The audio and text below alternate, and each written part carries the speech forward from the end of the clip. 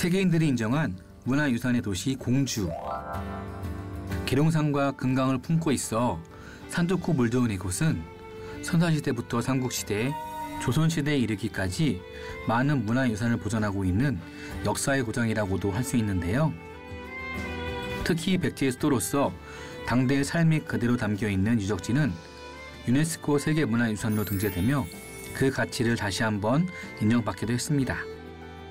더욱이 한양과 쉽게 닿을 수 있는 육로와 금강이라는 거대한 물길을 따라온 선교사들이 이곳에 기독교 문화를 꽃피우며 문화유산의 고장의 명성을 더욱 높였습니다. 과연 이곳 공주에는 어떤 기독교의 역사와 문화가 펼쳐져 있을까요?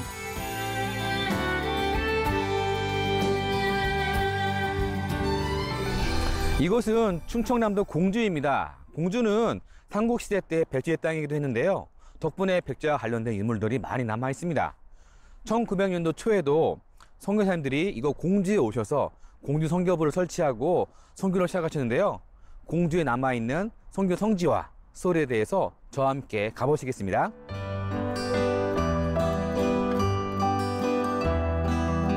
공주 성지 투어에서 가장 먼저 발길을 향한 이곳, 바로 세종시에 위치한 감남원인데요.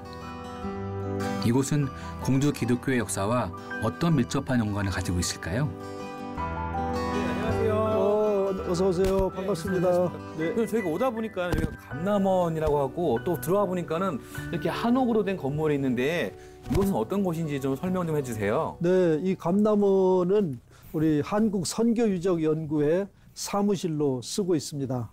한국선교유적연구회는 우리 정부 문화재청에 등록된 사단법인체인데요. 네. 어떤 일을 하고 있느냐 하면 선교사님들이 남기고 가신 그 선교 유적들, 선교 유적이라고 하면 이제 학교, 병원, 그다음에 교회, 또 선교사님들이 묵을 수 있는 선교관, 또 선교하시다 순교하신 분들 모신 선교사 묘지, 이런 그 복합적인 그 시설 단지를 우리는 선교 기지다 이렇게 얘기했었는데, 그런 선교 기지를 연구하고 또 지금 어떤 유적들이 남아 있고 그 유적들에서 어떤 선교사님들이 어떤 사역을 하셨는가, 이런 것들을 연구해서 세상에 알리고 또 우리 기독인들이 그를 통해서 또 은혜 받고 또 선교사들에게 감사한 마음을 가지고 또 이런 일들을 다음 세대에 전하고 또 나아가서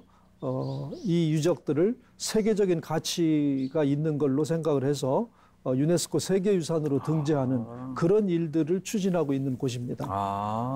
어마어마한 곳이네요. 감사합니다. 진짜 중요한 역할을 하고 계신데 네, 네. 여기가 저희가 충청도잖아요. 네, 또 네. 충청도 또 공주에 저희가 이 근처에 왔는데 공주에 오게 되면 또 공주에 관련된 네. 선교지가 있고 네. 또 선교 유적이 있고 또 그와 관련된 선교사님들이 있는데 또 어떤 분들이 있는지 또 어떤 스토리가 있는지 네. 뭐 저희가 먼저 무엇을 알아야 될까요? 네네. 공주는 126년 전인 1896년에 미국에서 선교사가 처음 들어온 땅입니다. 그 당시에는 이 충청남도 또 충청 지역 전역의 행정 중심지가 공주였습니다. 왜냐하면 충청도 관찰사가 공주에서 있었기 때문에. 그래서 이제 선교사들이 충청도 지역을 선교 목적으로 해서 공주에 이제 선교 본부를 두게 된 것이죠. 네. 그래서 1896년에 처음 온 선교사님들은 미국 보스턴에서 파송했던 침례교 선교사들이었습니다. 침례교였어요? 네, 폴링 선교사와 또 스테드만 선교사, 이런 분들이 계셨고요. 그래서 지금도 한국 침례교회 한 3,000여 개 넘는 교회 중에서 첫 번째 교회들이 이 충청남도 공주와 강경에 있습니다. 그러셨구나. 예. 그런 다음에 이제 1902년부터는 감리교에서 예. 이 충청남도 지역을 감리교 선교 구역으로 삼아서 본격적으로 감리교 선교 본부를 공주에다 설치하게 됩니다. 네. 그러면서 그 책임자로 내려오신 분들이 샤프 선교사와 그 아내 되시는 앨리스 샤프, 한국 이름으로는 사에리시 선교사죠. 안타깝게도 그 샤프 선교사님이 공주에 온 지 6개월 만에 또 이렇게 순교를 하십니다. 논산 지역에 선교를 나가셨다가 돌아오는 길에 또 이 그 상여를 보관했던 그런 집에서 이 발진 티푸스에 감염이 돼서 한 4개월 앓으시다가 이제 순교를 하시는데 바로 뒤이어서 이제 파송된 선교사가 윌리엄스 선교사예요. 윌리엄스 선교사님이요? 윌리엄스 선교사고 그 아내 되시는 앨리스 윌리엄스 선교사. 이분들이고 이분들은 참 한국에 우리 자유 대한민국 정부가 수립되는데도 많은 역할을 하셨던 분들입니다. 공주와 충청도 지역에 선교했던 것은 물론이고 그래서 이 한국 이름으로는 이제 우리암 그 아들을 우광복 이렇게 붙였어요. 첫 아들을. 바로 이제 조선이 하루빨리 일본으로부터 독립을 하라는 의미에서 이름을 광복으로 붙였던 것이죠. 우리 민족으로 볼 때는 굉장히 참 고마운 분들이죠. 그러네요. 특별히 이 윌리엄스 선교사님은 또 이 일본에 의해서 1940년에 쫓겨납니다. 쫓겨나서 인도로 또 가셔서 선교 사역을 하는데 특별히 또 인도에서 선교 사역을 하실 때는 우리 광복군 독립운동을 하셨던 광복군들 훈련을 인도에서 시킵니다. 인도에서 우리가 광복군을 시켰고요? 아주 뜻밖이죠. 광복군들이 일본하고 전쟁터가 있는 데는 연합군에서 일원으로 우리가 전쟁을 했다는 그 명분도 중요하기 때문에 인도에서 영국군이 주둔하고 있었는데 영국군의 그 광복군의 일부를 보냅니다. 그래서 거기서 그분들이 영어 교육을 이 윌리엄스 선교사가 시켜요. 인도에서까지 세상에. 그 대단한 일이죠. 그렇죠.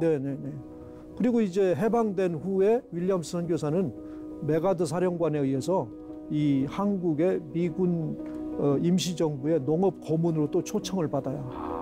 왜냐하면 그분이 농업 전문가였거든요. 선교사이면서 목사이면서 그 당시에 1920년대 미국 대학에서 농학 석사학위를 받은 대단한 분이에요. 한국에서 농학으로는 제일 가는 전문가였어요. 그런 분이 오셔가지고 선교하시고 또 농업에 대해서 이렇게 발전을 해주셨구나. 그분은 이 영명학교를 25년 동안 인문계 학교로 이렇게 운영을 해오시다가 한국이 우선 경제적으로 일어나는 것이 무엇보다도 중요하다. 그래서 이 농업학교로 학교 체제를 변화시킵니다. 실질적으로 도움이 되는 거네요. 네, 실질적으로. 이 농촌이 잘 살아야 이 먹고 사는 문제가 해결이 돼야 그 다음에 자녀들 교육도 시킬 수 있고 또 이게 신앙도 올바로 가질 수 있고 이래서 자기가 인문계 학교로 25년 동안 가르치는 그 학교를 이 농업학교로 이게 전환시키는 그런 아주 실사구시의 정책을 편 그런 선교사님이세요. 그러네요. 또 그 아들 우광복은 이제 여기서 공주에서 중학교까지 졸업하고 콜로라도에 할아버지 할머니 밑에 가서 고등학교와 의과대학을 다녀서 의사가 됩니다.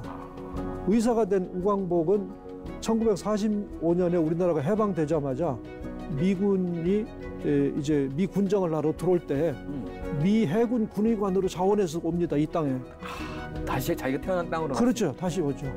그 다시 와서 특별히 하지 사령관의 특별 보좌관을 해요. 왜냐하면 통역이 가능하니까 한국어가 영어가 14살까지 공주에서 교육을 받았으니까. 그래서 그 당시에 이 자유 대한민국이 건설되는데 아주 중요한 역할을 합니다. 지금 보면은 선교사님들이 단순히 그냥 성경책만 가지고 복음만 전한 것이 아니라 교육과 문화와 그리고 농업과 전반적인 그런 한국의 그런 기초 산업들에 대해서 다 이렇게 영향을 준 분들이네요. 또 후에도 이제 이렇게 광복을 한 다음에 나라가 세워지는 데까지 도움이 된. 근대 산업 발전 또 우리가 근대 정신, 민주 정신 이런 부분들을 종합적으로 제공을 해준 데가 우리 선교 기지였다, 선교사들이었다 이렇게 얘기를 할 수 있어요.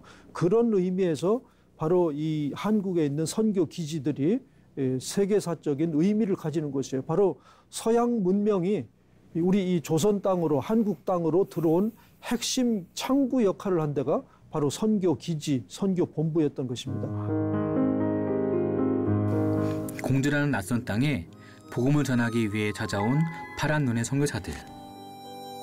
그들은 복음 사역 이상의 교육과 의료, 농업 등 생활 전반에 이르는 선교 활동은 물론 민족의식을 고취시키는 활동을 해왔는데요. 하나님을 증거하는 일에는 어떠한 주저함도 없었던 것 같습니다. 이러한 공주 선교부의 중심 역할을 했던 교회가 있다고 하는데요. 의사이자 미국 북감리교회 선교사였던 윌리엄 맥겔에 의해 세워진 공주 제일교회를 찾아가 봤습니다. 안녕하세요. 네, 어서 오세요. 반갑습니다. 네, 반갑습니다. 네, 어서 오세요. 네, 제가 공주에 오니까 공주 기독교의 역사를 따라오니까요. 네. 공주 제일교회를 빼놓고는 얘기할 수가 없겠더라고요. 그렇죠. 예, 수원 예. 아래에서는 이 공주 제일감리교회를 빼놓고 얘기할 수가 없죠. 예, 공주 제일교회에 관련된 선교사님의 스토리, 네. 또한 그 선교의 역사가 궁금한데 네. 한번 소개해 줄 수 있을까요? 네, 저 따라오시면 네. 제가 박물관에서 2층, 1층 차례대로 중요한 몇 가지들을 소개해 드릴게요. 네, 그럼 안내해 주시겠습니까? 네, 따라오세요. 네. 세상을 촉촉하게 적시는 빗물처럼 왠지 이 순간 우리의 마음속에도 은혜의 담비가 내릴 것만 같은데요. 와, 여기 올라오니까 진짜 벽화도 아주 멋진 벽화를 저기다가 네. 그려놨잖아요. 저게. 저 벽화가 조금 남다른 것 같아요. 그렇죠? 아주 남다르죠? 네. 예, 길거리 오시고 또 가시는 분들이 저 벽화를 보실 수 있도록 해놓은 건데요. 네네네. 저 벽화는 안에 들어가시면 원본을 볼 수 있어요. 아. 우리 교회 초창기의 모습을 네.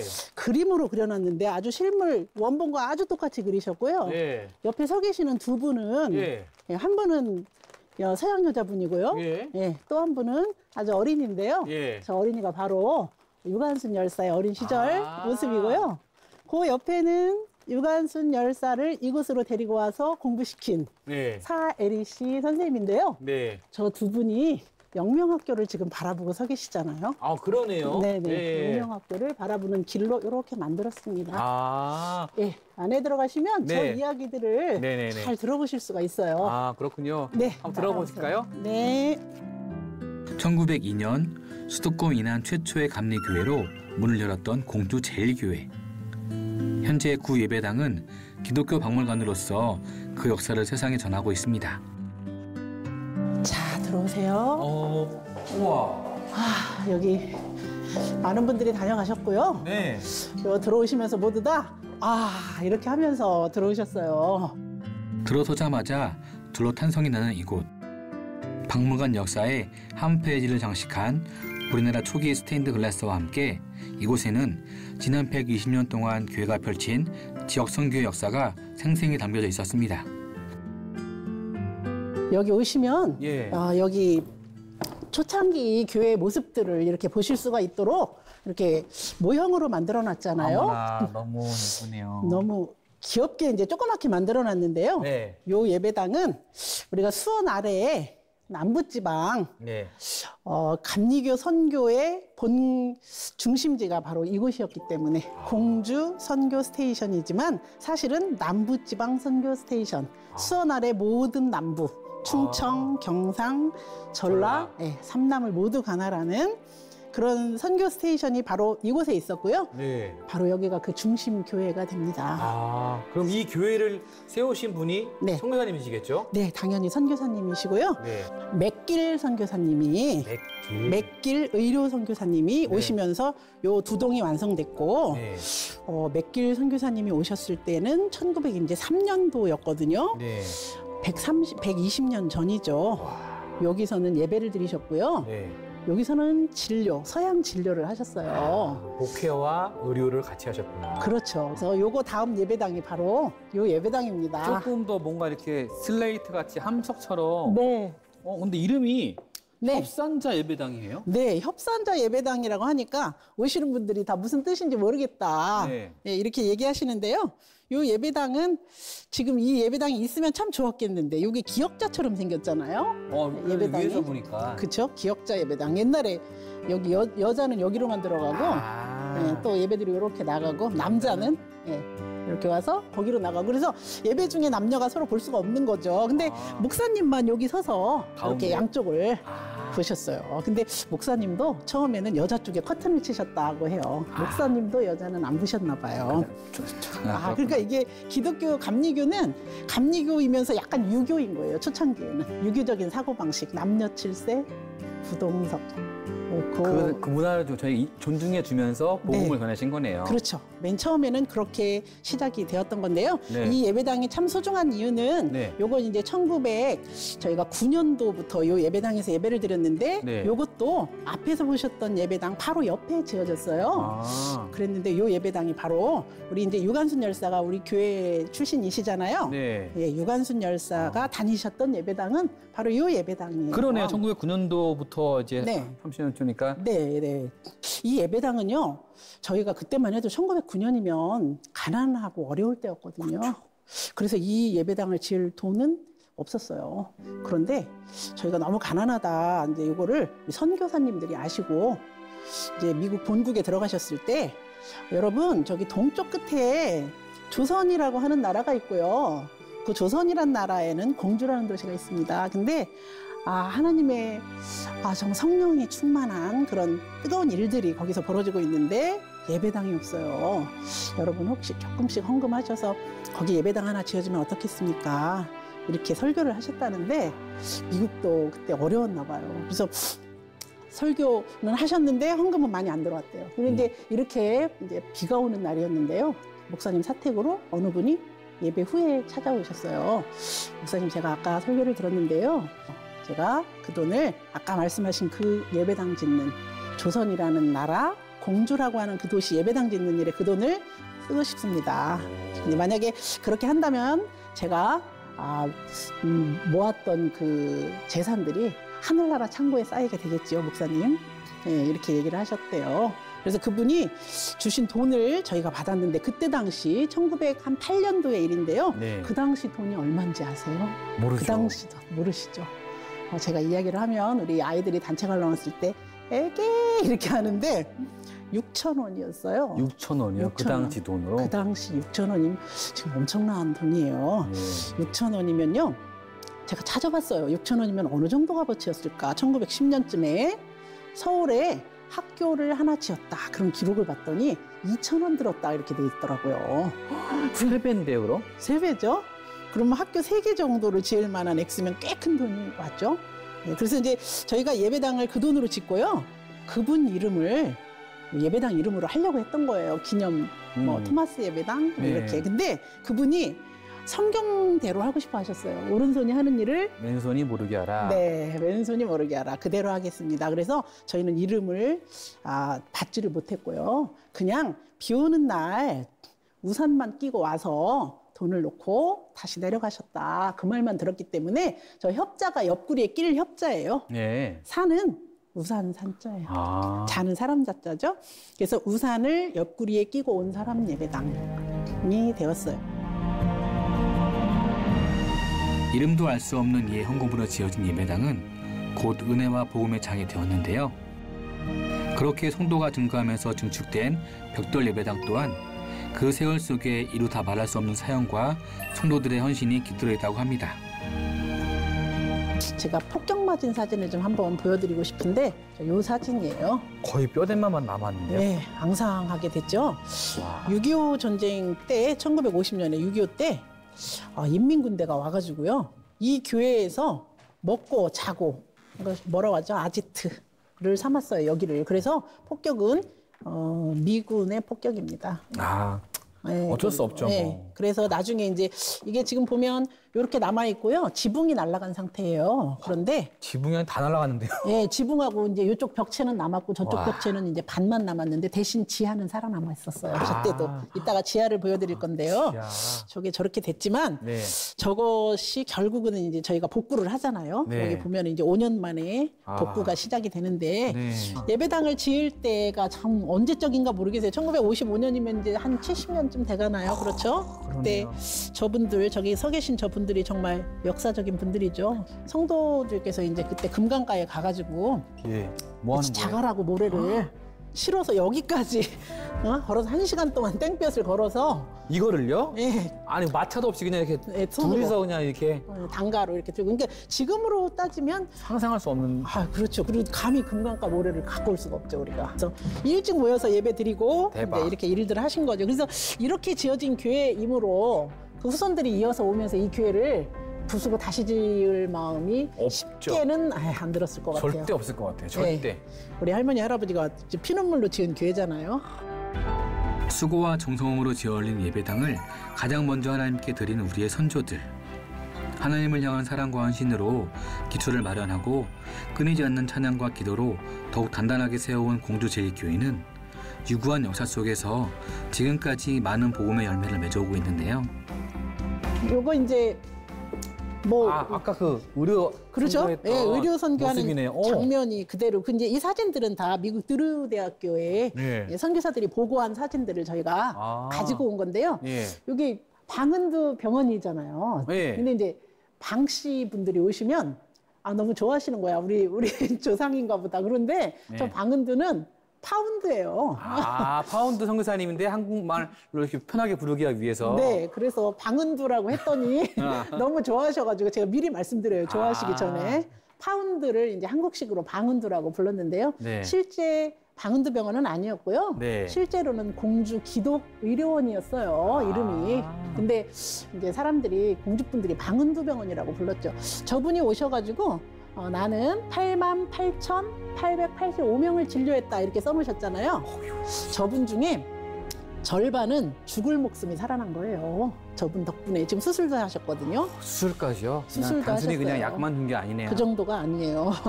그러니까 여기서 저분들이 이제 입원도 하고 그러면 여기 교회에 그 당시는 성경부인이라고 말을 했던 모양. 지금 여선교회죠. 네, 그분들이 나가셔서 말씀을 이제 전도하는 거예요, 환자들에게. 그럼 이제 그분들이 나와서 교인이 됐고요. 그러니까 교회가 막 터질 듯이 부흥이 되니까 시집을 보낸 거죠. 아까 보신 바대로. 딱 그게 그런 코스가 있겠네요. 네, 그 많은 분들을. 그래서 저분들이 의료 선교로서 많이 헌신하셨고요. 네. 그래서 공주분들이 이 교회를 사랑하게 되는 굉장히 중요한 역할들을 저 의료 선교가 담당을 했고요. 의료 선교팀에서도 이렇게 영화원도 이제 물론 이제 교회에서 다 운영한 거지만 이 영화원은 1922년에 내한했던 덴마크 출신의 여자 보딩 선교사가 시작했다 이렇게 됐는데요. 저 보딩 선교사도 이름이 한국식으로는 보아진 선교사시잖아요.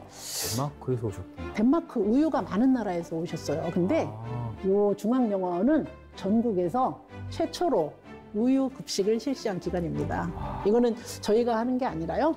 보건학 교과서에도 그렇게 나와 있어요. 전국 최초의 우유 급식은 공주읍 교회 내에 있는 중앙영화원에서 시작되었다. 이게 공식 기록이고요. 저 우유급식이 10년 뒤에 나중에 이제 대전으로 도청이 옮겨가면서 대전으로 1932년 10년 뒤에 나갔고요. 서울도 여기보다 한 1년 반이 늦고 평양도 한 여기보다는 1년 반이 늦으니까요. 여기가 되게 앞선 곳이었네요. 영화원을 통해 국내 최초의 우유급식과 건강검진을 실시하며 유아 사망률을 낮추는 데 일조했던 보딩 선교사. 그녀의 이러한 사업은 현재 우리나라 영유아 복지 사업의 뿌리가 되었는데요.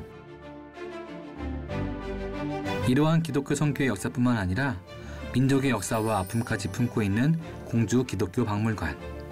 이번엔 기독교 정신이 녹아든 독립운동의 스토리를 듣기 위해 지하로 발걸음을 옮겨봅니다. 와. 야, 여기는 조금 땅속으로 조금 내려왔는데요. 예. 고개를 이렇게 숙이셔야만 가는. 겸손해야 되겠네요. 네네. 네, 마음을 다스리시고 옛날 초기 신앙인들처럼 네. 카타콤처럼 옛날식으로 그런 마음으로 들어오시면 돼요.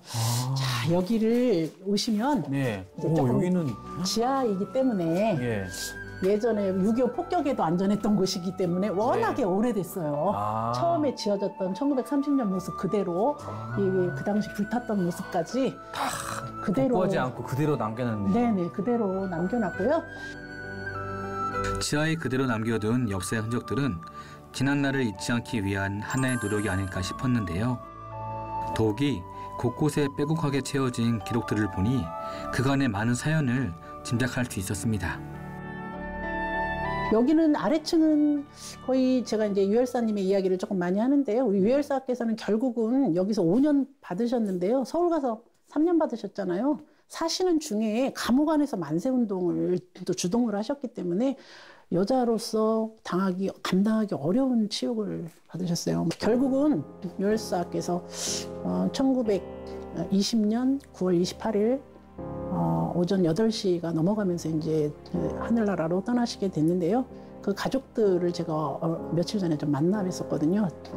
감옥에 면회를 갔더니 이미 여동생이 살기는 어렵겠다라고 판단을 하셨다고 하더라고요. 그리고 유열사도 본인이 돌아가시게 될 거라는 거를 알고 있더라. 살아서 나가기는 어렵다. 이렇게 얘기를 하셨다. 그러나 후회 없다. 할 만큼은 했다라고 오빠한테 마지막 이야기를 남겼고요. 오빠는 너는 다른 사람들이 70년간 해도 못할 일을 한 것이다. 그게 마지막 대화였다. 이렇게 돌아가셨고요. 이태원 공동묘지에 매장했는데 일본이 일제강점기에 다 파헤쳐서 결국은 그 시신도 현재는 유실된 상태죠. 저희는 이름만 모시고 있는 상태입니다. 그래서 유열사의 흉상을 저희가 저쪽에다가 당시 만세운동을 하셨던 애국지사분들을 다 목사님들이신데요. 김찬욱 목사님은 이 교회를 지으시던 당시의 목사님인데 여기도 이제 독립유공자시고요. 현석칠 목사님도 3.1 만세운동 할 때 공주하고 영병이 손을 잡았을 때 총 지도자셨던 분이라서 1등으로 잡혀 들어가셨고요. 건국 훈장을 받으셨고 유관순 열사는 잘 아시고요. 예, 신홍식 목사님도 저희 교회 이제 담임 목사셨는데 민족대표 33인 중 한 분이시고 감리교 목사로는 최초로 사인을 하신 그런 분이시죠. 민족대표 33인 중 16명이 크리스천일 정도로 항일운동의 중심이 되었던 기독교. 대한독립을 열망하던 서양의 선교사를 비롯해 목사와 성도들까지 공주 독립운동의 바탕에도 기독교인들의 민족 정신과 신앙이 자리하고 있었습니다.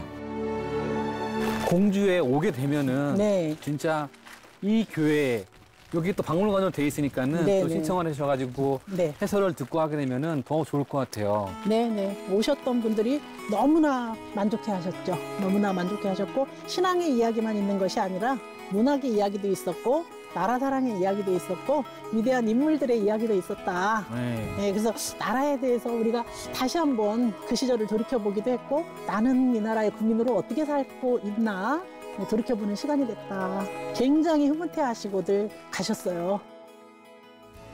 복음을 향한 서양 선교사들의 헌신과 독립기독운동가들의 희생이 공존하는 이곳.